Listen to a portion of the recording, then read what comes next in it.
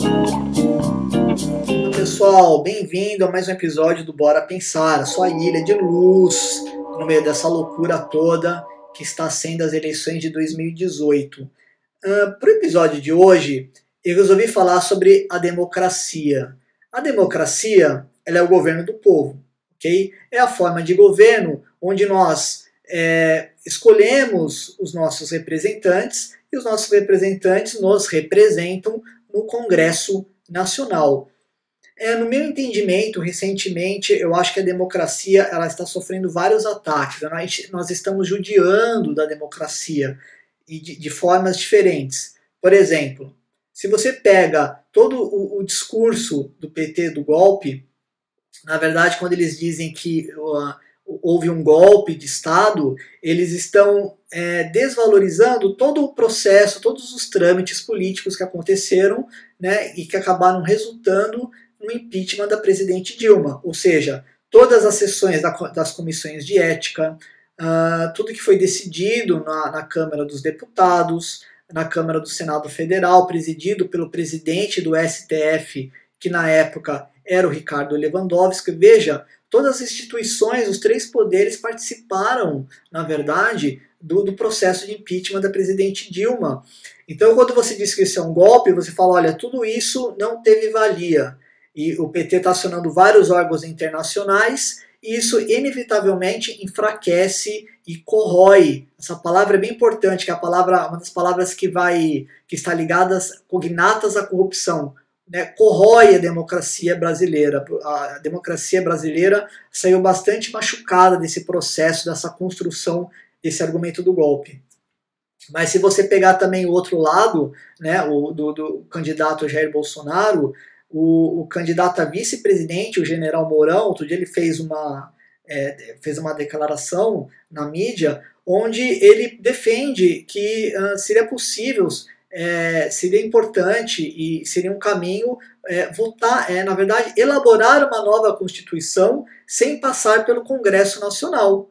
Ora, isso é antidemocrático. Se você tem representantes que não estão mais, na verdade, elaborando leis, né, e atualizando a Constituição brasileira, na verdade você tem um regime antidemocrático. Você não considera mais a Casa do Povo, o Congresso Nacional, e você começa a tomar decisões que você acha, o seu partido, o seu governo, acham melhores, sem levar em consideração o que o povo acha ou não disto. Eu acho essa discussão muito interessante, porque você vê que a democracia ela realmente está sofrendo um teste de estresse muito grande nos últimos anos.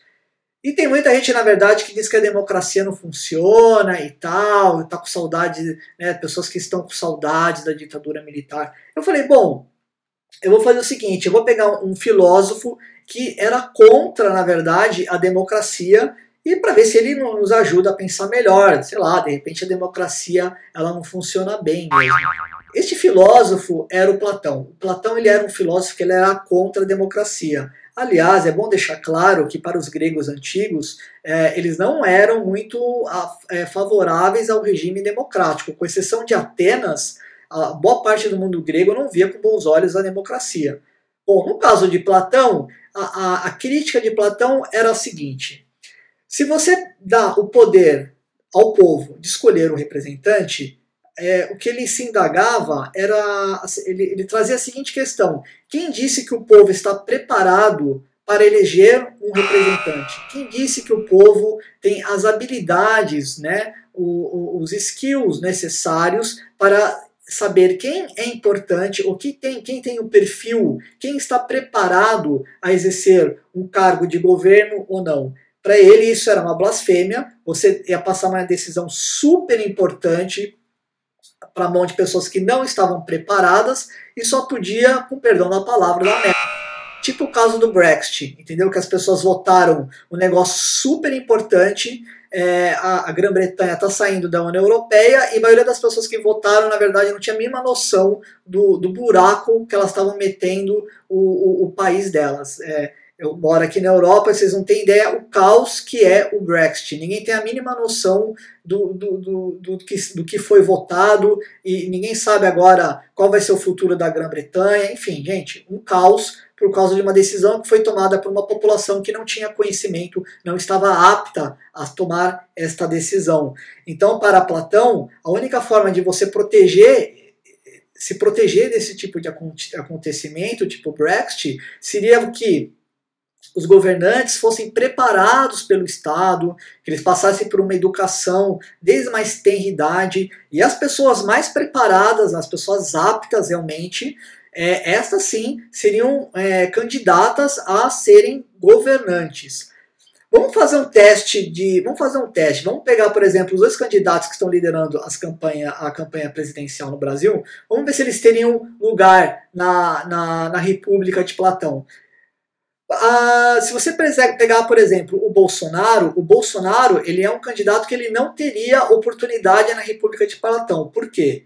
E para isso eu preciso explicar antes o que é a alma. A alma, né, para Platão, a alma que todos nós temos, ela era composta de 3 elementos: a razão, o espírito e o desejo. O desejo são os desejos mais puros, mais, na verdade, crus que nós temos. Desejo por sexo, por dinheiro, por poder, entendeu? Sem filtro nenhum. O desejo pelo desejo. Daí você tem o espírito, que na verdade é a nossa personalidade, as emoções que são motivadas pelos desejos. E o que coloca, na verdade, ordem na casa é a razão, é o nosso raciocínio, a nossa inteligência. Então, para o Platão, um bom governo era o governo que, na verdade, tinha uma harmonia entre esses 3 elementos. E no caso do Bolsonaro, o Bolsonaro é uma pessoa muito, ele é uma pessoa muito emotiva. Se você ver ele nos debates, ele não tem controle emocional nenhum. Então, para Platão, isso era um problema. Fala assim, poxa, uma pessoa que tem tanta energia, tanta ira, sem o racional, essa pessoa pode se tornar um tirano. Então esse candidato aqui não, esse aqui tá fora, deixa ele de lado. Daí fala assim, então vamos colocar o Haddad. O Haddad também seria um problema. Por que o Haddad seria um problema?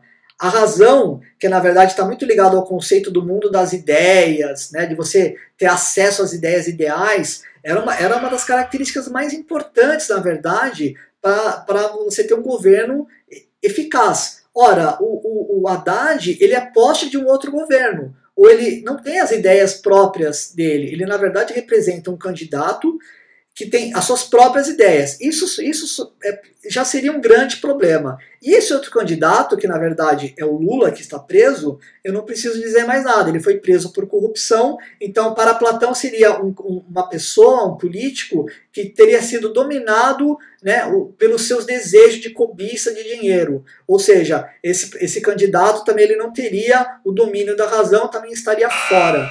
Então olha que interessante, né? Platão, que era contra a democracia, não aprovaria com certeza nem o Bolsonaro e nem o Haddad. Bom, essa introdução que eu quis fazer hoje de toda essa problemática relacionada à democracia, e agora eu queria lançar o desafio Bora Pensar de hoje. Vamos lá!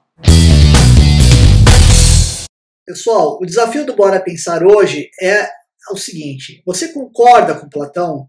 Você acredita que a população não está preparada, não está apta para eleger os seus representantes? Esta é a primeira pergunta que eu queria lançar a vocês, para a nossa reflexão. E a segunda é a seguinte: como você acha que nós poderíamos ter governantes com mais qualidade? O Platão, por exemplo, sugere que esse governante, que esse candidato a governo, na verdade, ele passe por toda uma educação, pelo Estado e tudo mais. Você concorda com isso? Você acredita que o Estado, de repente, nós deveríamos ter uma escola de políticos e essas pessoas, na verdade, deveriam ser preparadas para ter todo um caminho de preparo, de seleção, antes de exercerem os cargos públicos? Então eu lanço essas duas questões para vocês, eu vou pensar aqui também bastante sobre elas. Não esqueça de seguir o canal, tocar no sininho para você sempre ficar por dentro de novos vídeos e compartilhe este vídeo com seus amigos, ajude a divulgar